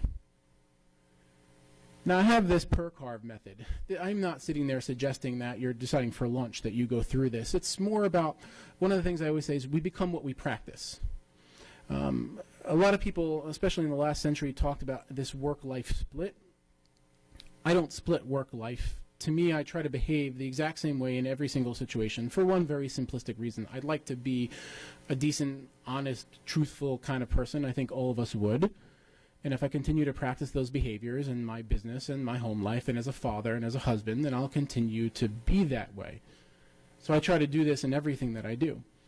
Remember, giving yourself a reason allows people to question it and come up with new ideas and allow the idea to expand. So I just established what's the purpose of the decision that I'm making. Do I understand the action of what I'm about to take? Do I understand the relevancy? Is this important? Do I understand all the necessary consequences for the decision I make?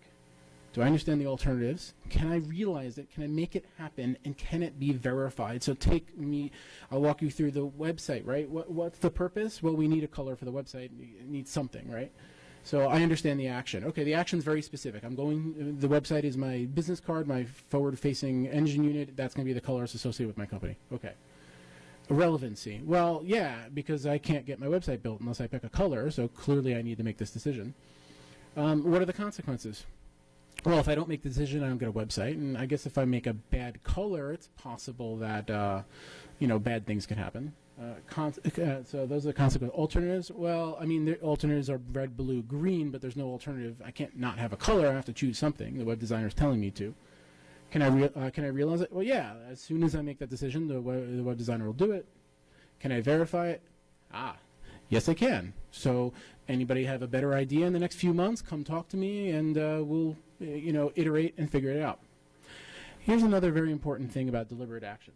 See, you have a reason whether you realize it or not, and that's something I always save for the end after I tell you this. So you actually have a reason, it's just whether you've identified it. So really this is just about stopping for 2 seconds and saying, why am I doing this? That's because behaviors betray intentions. Make no mistake. Behaviors betray intentions. We all have that person that we keep telling, oh, I'll meet you for lunch, I'll meet you for lunch, oh, I'll meet you for lunch, and you never do. At some point after a year, maybe you just have to get in touch with yourself saying, I don't want to meet that person for lunch. I believe transparency is a social lubricant. And although that stinks if I'm the end recipient of not wanting to, you not having time for me to go to lunch, trust me, on the recipient side, it's much better for you to tell me, I'm just not sure when that's going to happen, rather than me waiting every 3 months for a phone call where you keep canceling. Behaviors betray intentions. No matter what you say, your actions are much stronger. You need to align what you say and what you do. Often we say things, we do things, and there is not as much alignment as there could be. Behaviors betray intentions. How we act is what our heart tells us to. Now, we can override our heart and change our philosophy and do alternative things. I'm not suggesting that we always follow our heart. I mean, for the most part, yes, but we don't have to. I could decide, wow, I've really blown that person off for the last year, and I feel really guilty about that. I'm going to make sure that I make time for lunch in the next month. So I could make a rational, intellectual decision that overrides that, but understand that your behaviors betray your intentions. They're underlying your philosophy. That's what you do and how you're perceived. Satisficing. This is my favorite. So what is satisfice? So satisficing is it's a pretty cool concept, bears itself out in psychological studies. It's a decision-making model. What it basically says is when you go into making a decision, let's pick an example. I'm going to buy a car. You should make a list of 4, 5, 6, no more than 7 things before you even look at your first car about what's important. I want 4 doors, I don't want leather, and I don't like the color green. Doesn't matter. Each person will have their own individual things. When I go out and buy the car, the argument with Satisfice is that I literally should buy the first car that fits that requirement. The first car that I come across that has 4 doors, is not green, and see, forget the third one, right? And the first one that I come across, I should buy immediately, like that.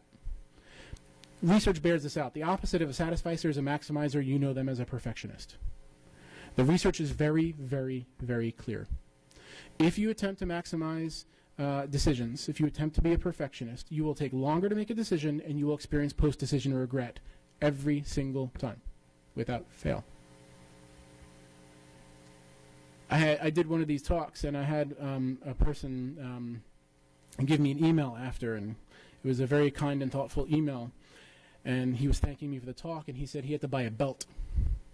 And he said he was getting so frustrated with buying a belt because he was picking all the belts that he needed to buy, and then he stopped. He remembered the thing about satisficing. He took a Post-it note out. He wrote 3 things that he needs from a belt. He went back on the site, and he said within 3 minutes his transaction was done. And he was happy.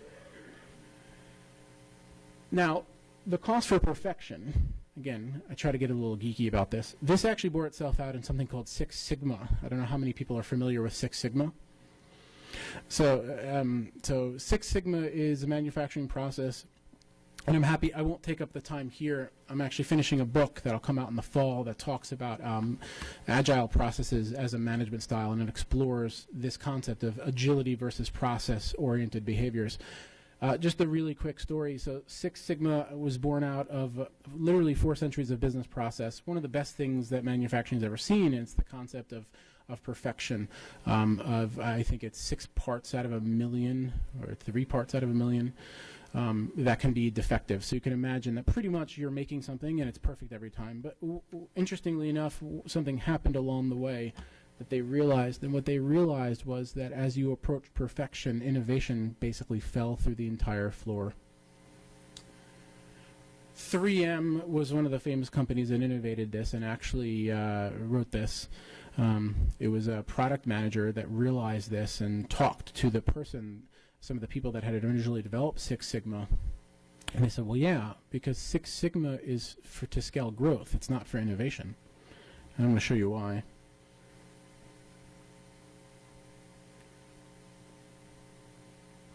So what is innovation anyway? We keep talking about this word and we don't understand what it is. At least I don't think a lot of people do. I've traveled the country. I asked different people for their definitions of innovation. I get a different answer anytime.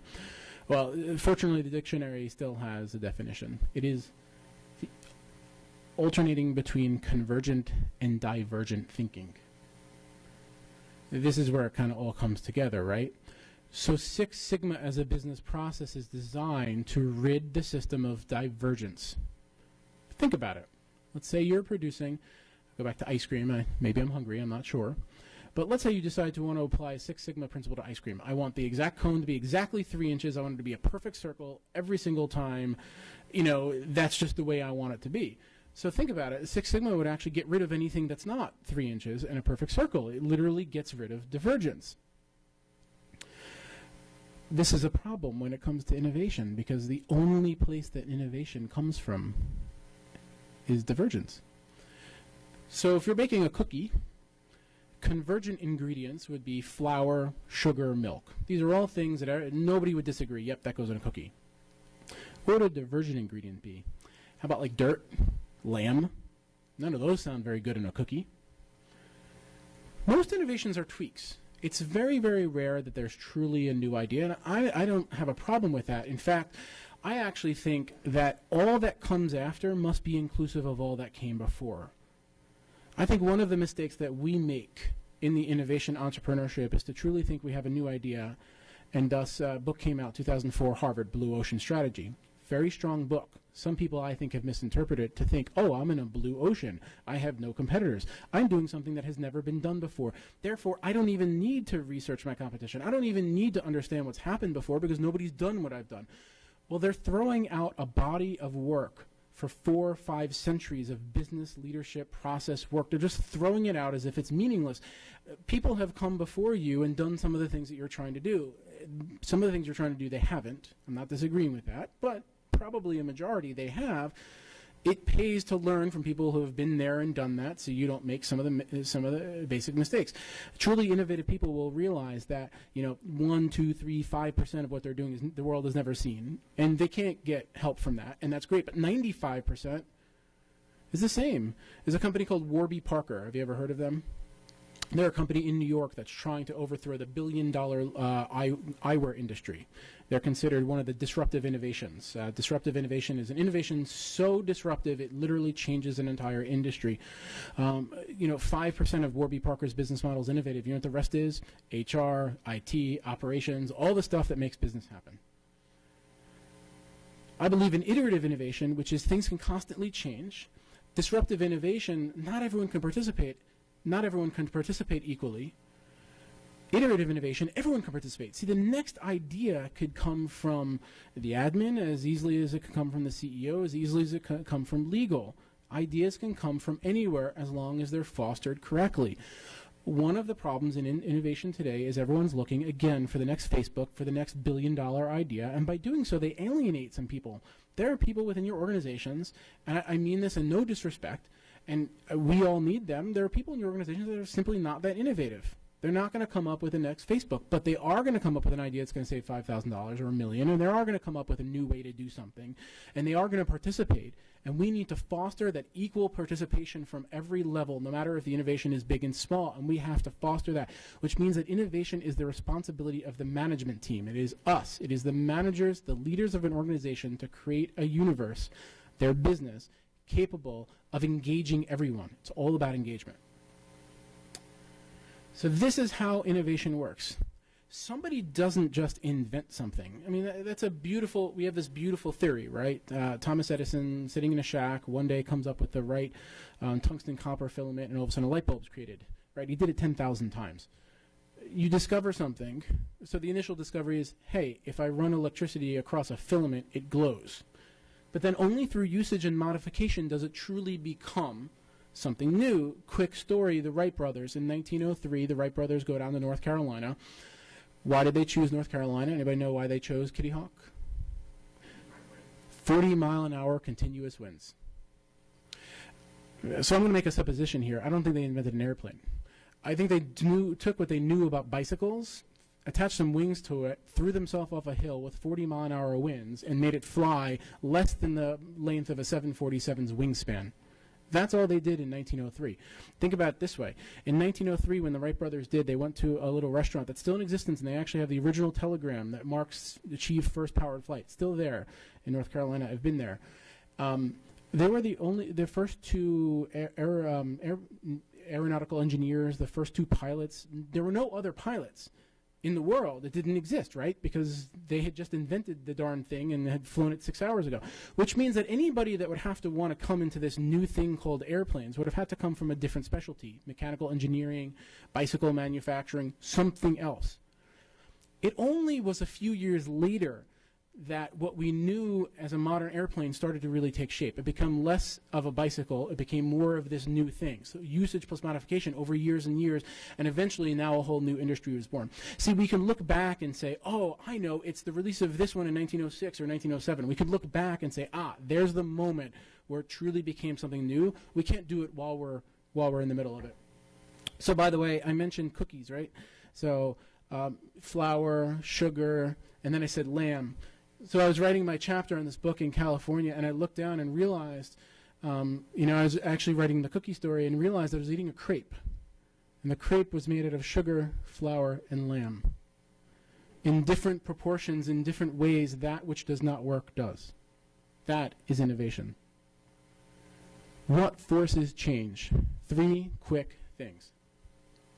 Market forces. Apple is famous for saying 2010 the iPad. We all know this, that customers don't know what they want. We tell them, and they supposedly don't listen to market research. Well, that's not true. They do go their own way with the technology they bring, but they do listen to the market in terms of feedback and what to bring in the next generation and what have you. Market forces will always do things. I've been traveling for 9 months. Lars is traveling for the last 3 or 4 years. We learn things just by talking to people. Some of that affects us. Some of it doesn't. Some people tell us things that are not worth anything, and some people tell us things that are worth a lot. That's market influence. Ability.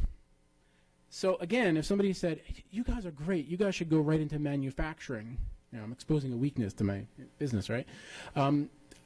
I don't have that ability right now. We do in some limited capacities, but if they said we should change the entire organization, I don't have that ability right now. So one of the things that affects change is ability. Now, there's a famous story in IBM in the 1920s where the guy basically willed the company and said, we're going to do this. Some people jumped on board, some people didn't. He eventually built the company. But he was able to convince enough people with ability to help bring his idea to realization. The point is you should do a gut check. Okay, this is what I'm supposed to do, but am I capable of doing it? And by the way, if I'm not, I could figure it out, but be in touch with that. I don't know if you expected that one, but this is an important one for business. Intuition. If you've had any success in your life in any arena, personal or professional, chances are it's because your gut had some impact that allowed you to do something. Certainly, I do not believe that intuition should be the primary and only driving force for every decision, but it is an important one that you need to listen to. Intuition sometimes is our subconscious taking the ideas in our head and innovating. Last but not least, expectation and frame setting. The purpose of any organization is to affect change.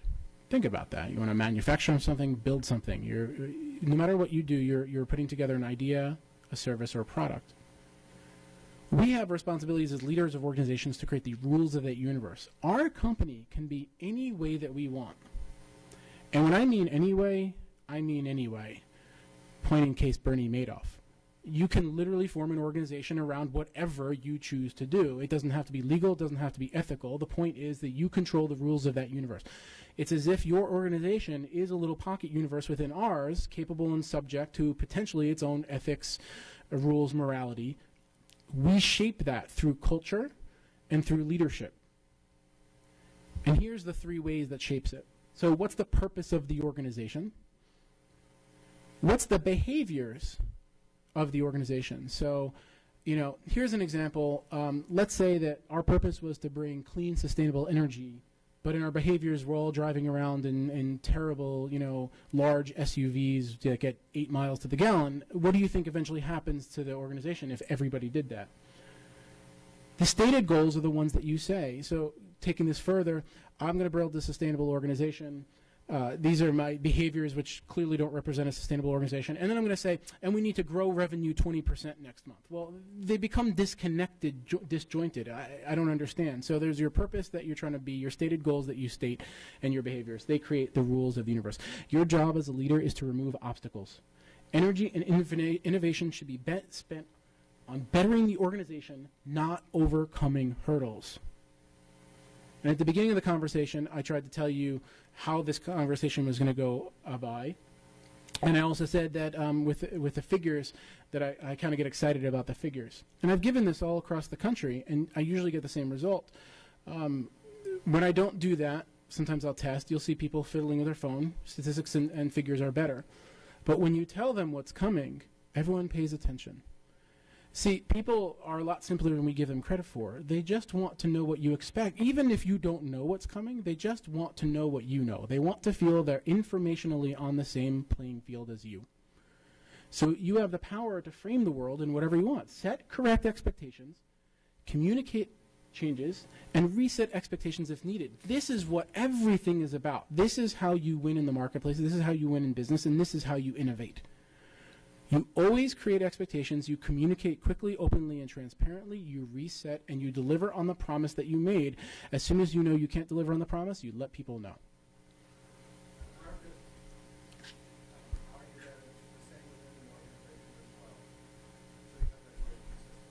Right.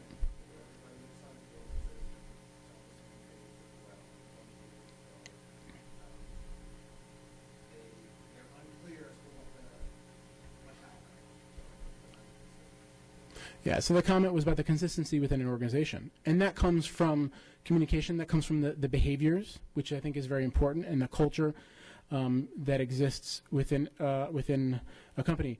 I'm editing the book on communication chapter, and I have a friend of mine who's a professor, and he's writing it, and we were talking about pretty high-level, hierarchical communications. And one of the things he was saying was, it seems to me you're simplifying the argument a little bit, because when most people speak, I send the message, you're the receiver. I have an agenda, you have an agenda. Those agendas create noise and create distraction between us. And I said, that's exactly my point. But the more open and transparent we are, the more aligned we are with our behaviors, our stated purposes, the more aligned our communications can be. That I'm a sender, you're a receiver, and I could send a message, and we'll have the same agenda because we're open and transparent.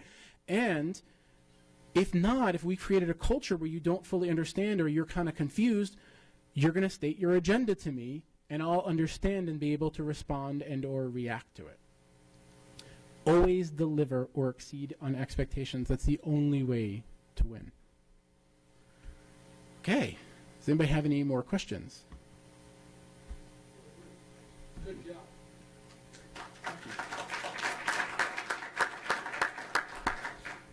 Well, we've given you a ton of information this morning.